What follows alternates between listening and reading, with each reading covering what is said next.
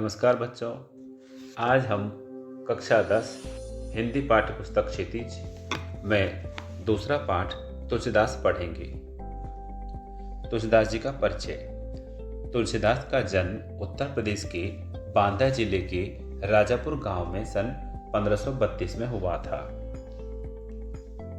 उनका जीवन बहुत संघर्ष में बीता और जीवन के प्रारंभिक वर्षों में माता पिता से उनका विछोह हो गया।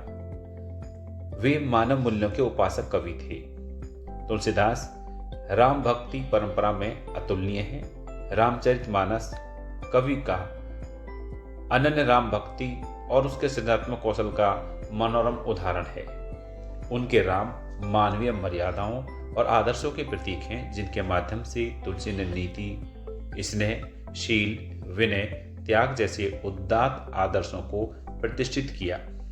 रामचरितमानस उत्तरी भारत की जनता के बीच बहुत लोकप्रिय है। रामचरितमानस के अलावा तुलसीदास जी ने कवितावली, गीतावली, दोहावली, कृष्ण गीतावली, विनय पत्रिका आदि रचनाएं की हैं। अवधी और ब्रज दोनों भाषा पर उनका समान अधिकार था और सन 1623 में काशी में तुलसीदास जी का देह अवसान हो गया। तुलसीदास जी ने रामचरितमानस की रचना अवधी में और विनय पत्रिका तथा कवितावली की रचना ब्रज भाषा में की है। उस समय प्रचलित सभी काव्य रूपों को तुलसी की रचनाओं में देखा जा सकता है। रामचरितमानस का मुख्य छंद चौपाई है और बीच बीच में दोहे, सोरठे, हरिगीतिका और अन्य छंद भी पिरोए गए हैं। विनय पत्रिका की रचना गेय पदों में है। गेय मतलब गाए जाने वाले पदों में हुई है। कवितावली में सवैया और कवित छंद की छटा देखी जा सकती है। उनकी रचनाओं में प्रबंध और मुक्तक दोनों प्रकार के काव्यों का उत्कृष्ट रूप है। पाठ परिचय। यह अंश रामचरितमानस के बालकांड से लिया गया है। सीता स्वयंवर में राम द्वारा शिव धनुष भंग के बाद मुनि परशुराम को जब यह समाचार मिला तो वे क्रोधित होकर वहां आते हैं। शिव धनुष को खंडित देखकर वे आपे से बाहर हो जाते हैं।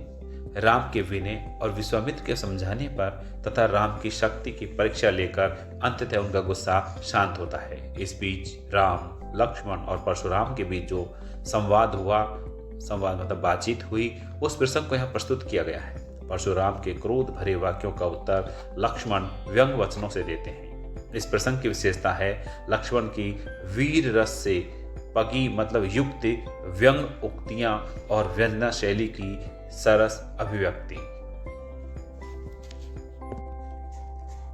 मूल पाठ। राम लक्ष्मण परशुराम संवाद। नाथ संबोधनु भंज निहारा, होई के एक दास तुम्हारा। आये सु कहा कही किन मोही, सुनि रिसाय बोले मुनि कोही। सेवक सो जो करे सेविकाई, अरि करनी करी करी लड़ाई। सुनहु राम जय शिव धनु तोरा, सहस बाहु सम सो रिपु मोरा। तो प्रस्तुत पंक्तियों के माध्यम से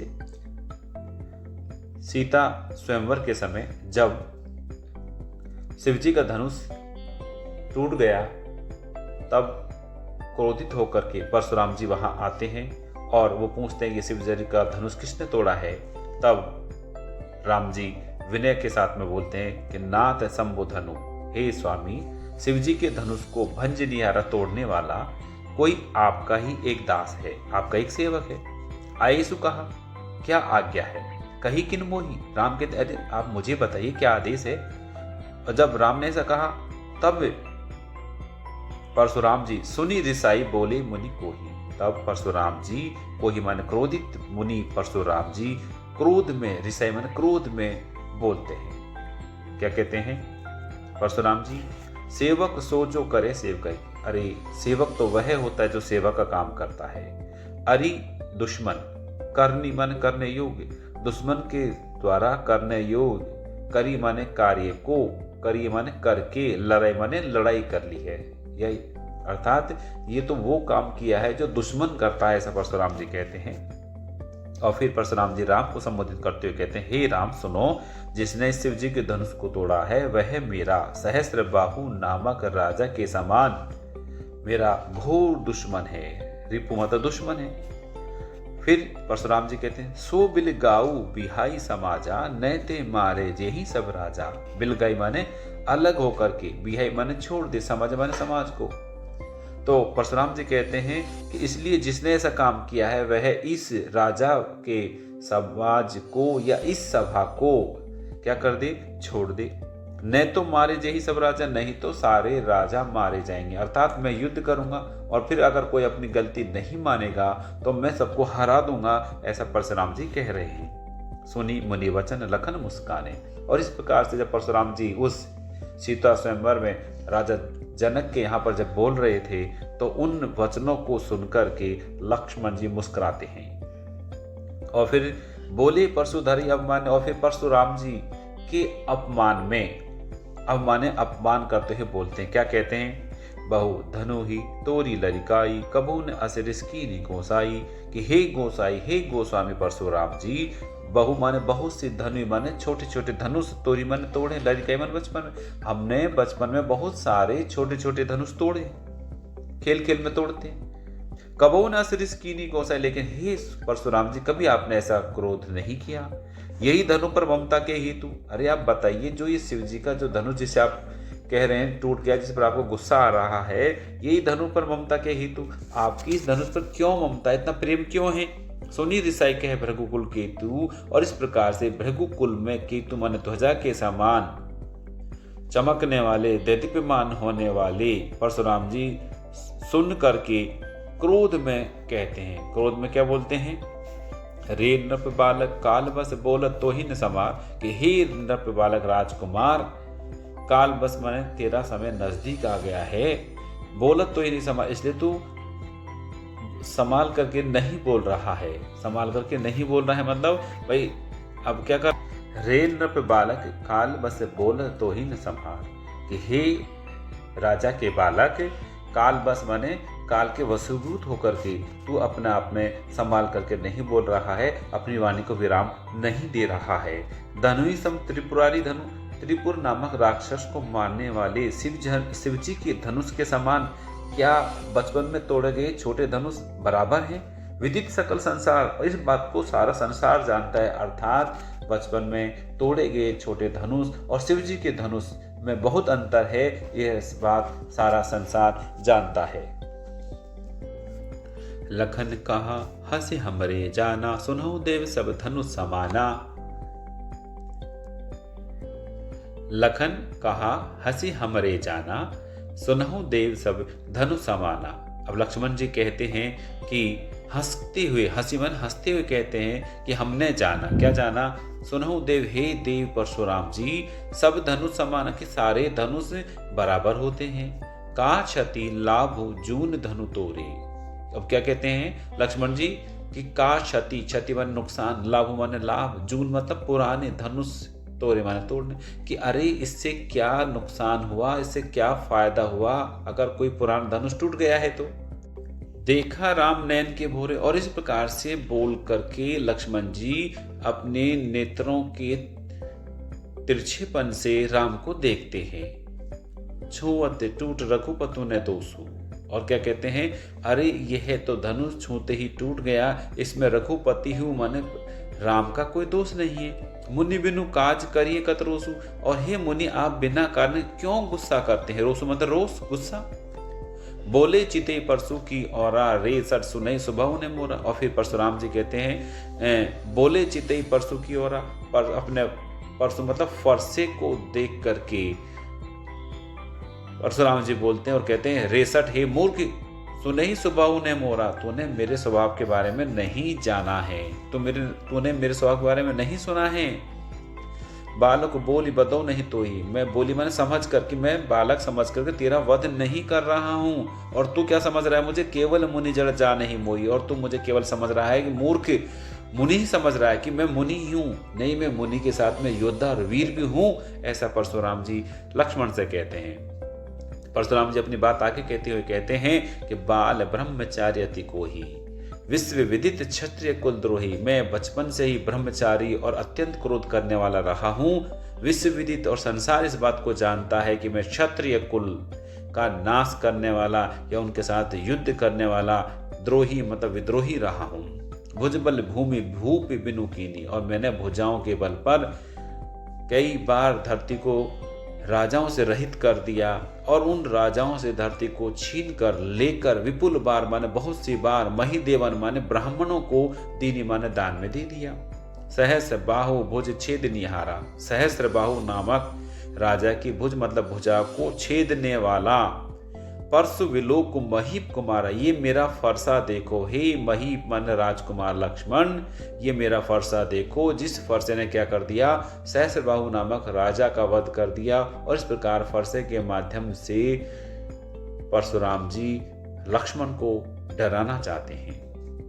माँ तो पिता ही जनि सोच बस करसी महिषी किशोर, गर्भन के अर्भक दलन परसु मोर अति घोर। और फिर क्या कहते हैं, माँ तो पिता ही जनि सोच बस, कि माता और पिता सोच बस माने चिंतित होकर के, या चिंतित करसी माने कर रहे हो, महिष किशोर, हे महिष माने राजकुमार, तुम क्या कर रहे हो, अपनी ऐसी बात से अपने माता पिता को चिंता में डालने वाला काम कर रहे हो। गर्भन के अर्भक दलन, और क्या कहते हैं, गर्भन माने गर्भ के, अर्भक माने बच्चे, दलन माने गिर जाना, कि माँ के गर्भ में पल रहे बच्चे भी क्या हो जाते हैं, समय से पहले उत्पन्न हो जाते हैं, गिर जाते हैं, गल जाते हैं, नष्ट हो जाते हैं। परसु मोर अति घोर, मेरा फरसा इतना घोर है, भयानक है।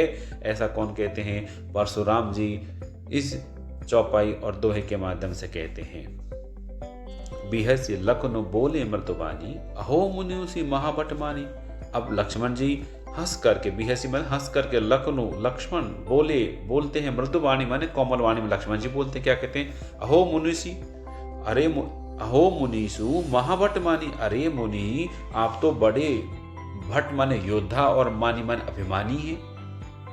पुनि पुनि मोह दिखाओ कुठार, और आप मुझे बार बार अपना कुठार मतलब फरसा दिखा रहे हैं। चैत उड़ावन फूंक पारो, और आप तो ऐसे फरसा दिखा रहे हैं जैसे आप फूंक से जैसे कोई पहाड़ को उड़ाना चाहे।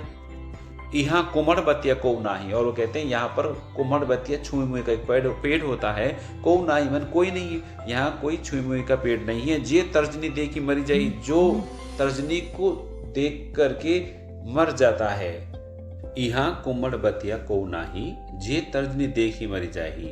लक्ष्मण जी कहते हैं यहाँ पर कुमड़ बतिया मतलब छुई मुई का पेड़ कोई नहीं है, जो तर्जनी मन तर्जनी उंगली को देख करके क्या हो जाता है, मरी जाही मन मरे हुए के समान हो जाता है। अर्थात कुमड़ बतिया या छुई मुई के पेड़ की विशेषता होती है, जैसे हम उसे तर्जनी उंगली दिखाते हैं तो वह अपना आप को सिकोड़ लेता है। तो यहाँ पर इतना कमजोर कोई नहीं है, ऐसा लक्ष्मण जी परशुराम जी से कहना चाहते हैं। देखी कुठार सरासन बाना, कि अरे हमने तो आपके पास कुठार मतलब फरसा और सरासन बाण धनुष बाणों को देख करके कछु कहा सहित अभिमाना, मैंने कुछ ज्यादा ही अभिमान से कह दिया कि भाई हम भी योद्धा पराक्रमी है। हमने सोचा हमारे सामने भी कोई योद्धा पराक्रमी है, ऐसा लग रहा है।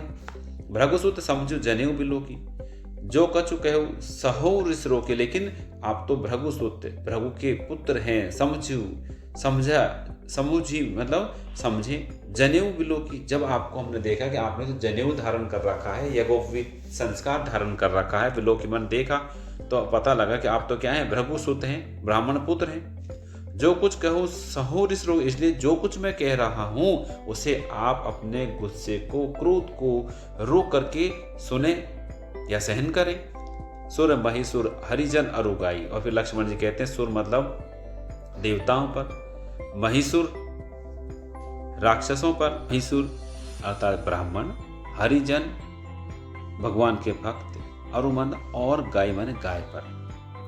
हमरे कुल इन पर न सुराय, हमारा वंश इन पर क्रोध नहीं करता। लक्ष्मण जी अपने कुल की मर्यादा को बताते हुए कहते हैं कि देवताओं पर, ब्राह्मणों पर, हरिजनों पर और गाय पर हमारा कुल कभी क्रोध नहीं करता, वार नहीं करता। और क्यों नहीं करता, कारण भी बताया जा रहा है। बंधे पापू अब कीर्ति हारे, अगर हम जीत जाते हैं, इनको हरा देते हैं तो हमें पाप लगता है, पाप में बंध जाते हैं। अगर इनसे हार जाते हैं, अब कीर्ति मान अभ्यास होता है, बदनाम होते हैं। मारा तो पाप परी तुम्हारा, इसलिए अगर आप हमें मारेंगे भी तो हम आपके पैर ही पड़ेंगे।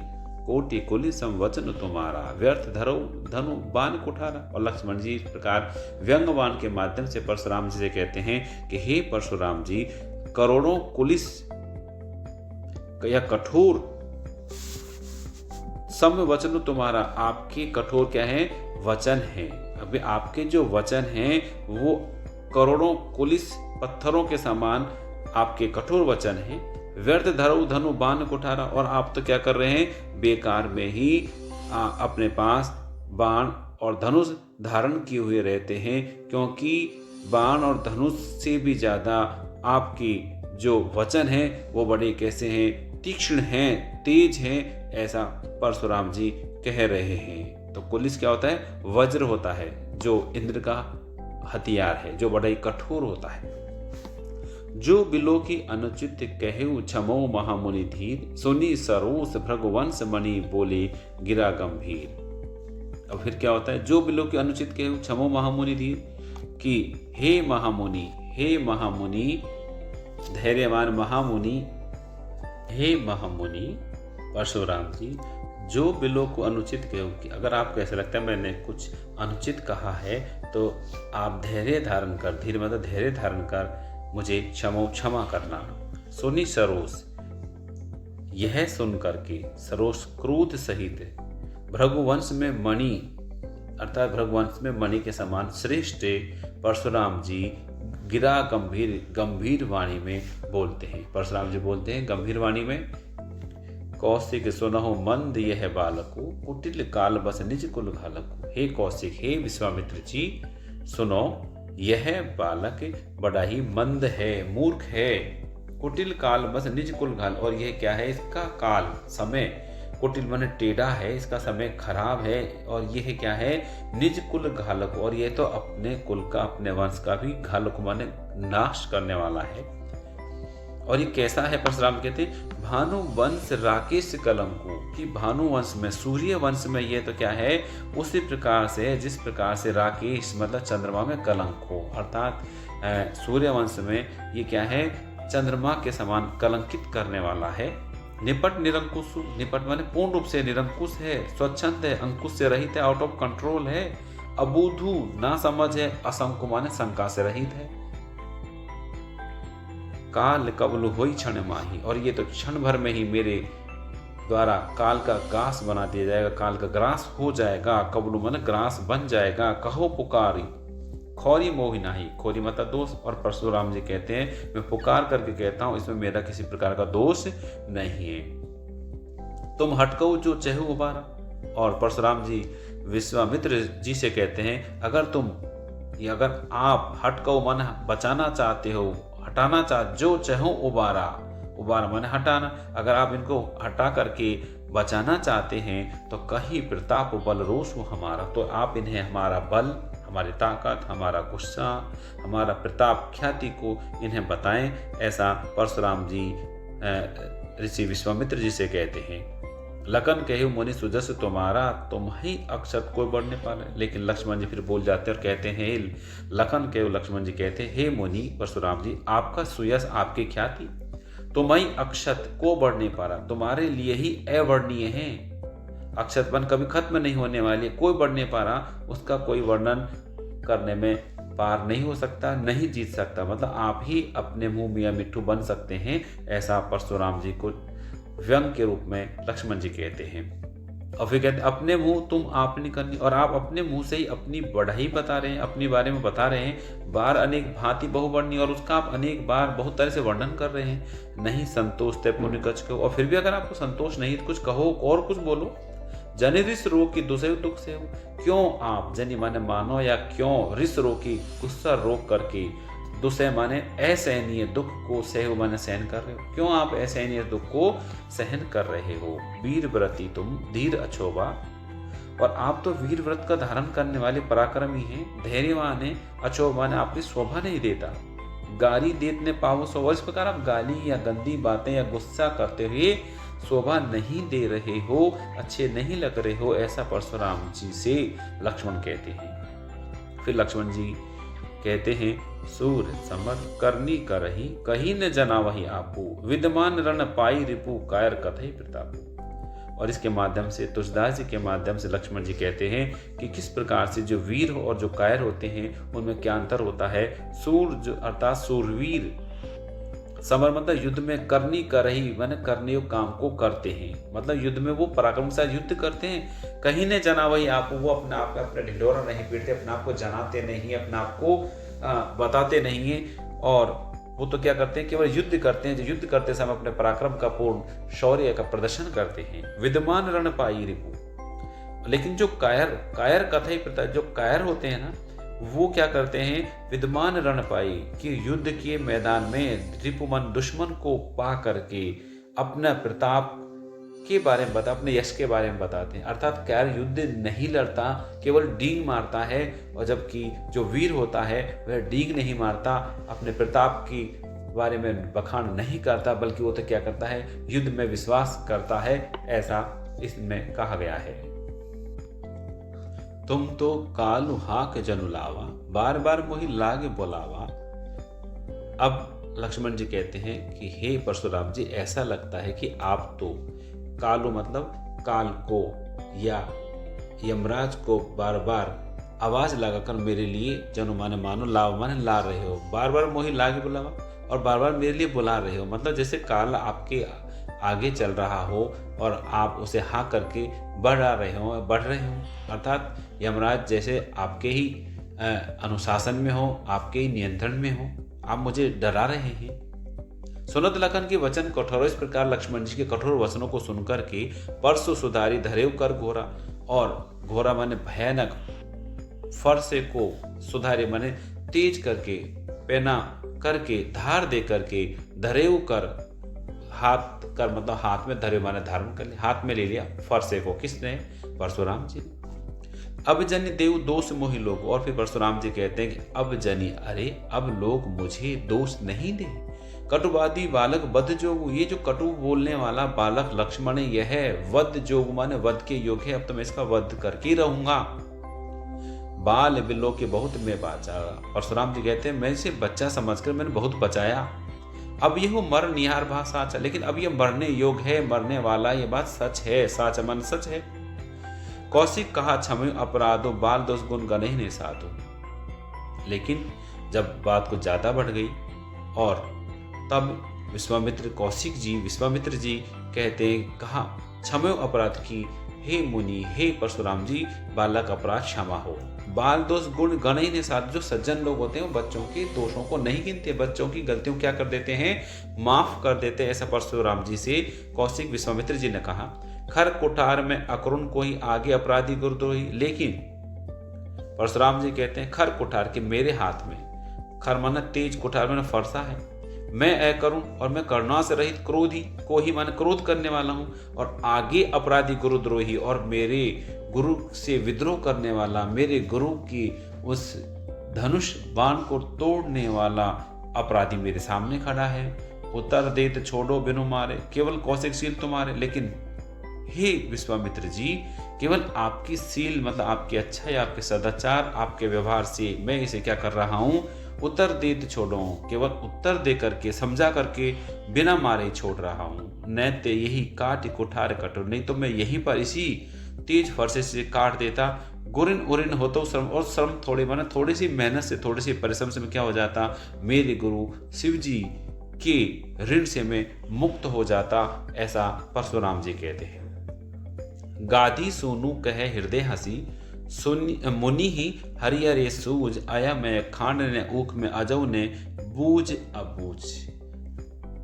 गाधी सोनू अर्थात गाधी के पुत्र अर्थात विश्वामित्र जी, गाधी सोनू विश्वामित्र जी के लिए कहा गया है। और कहते हैं कहे हृदय हंसी, कह करके अपने मन में हंसते हैं। और क्या कहते हैं विश्वामित्र जी, मुनि हरि यारे सूझ की, मुनि को हरा दिखाई दे रहा है, मुनि को हर जगह सरलता ही सरलता दिखाई दे रही है।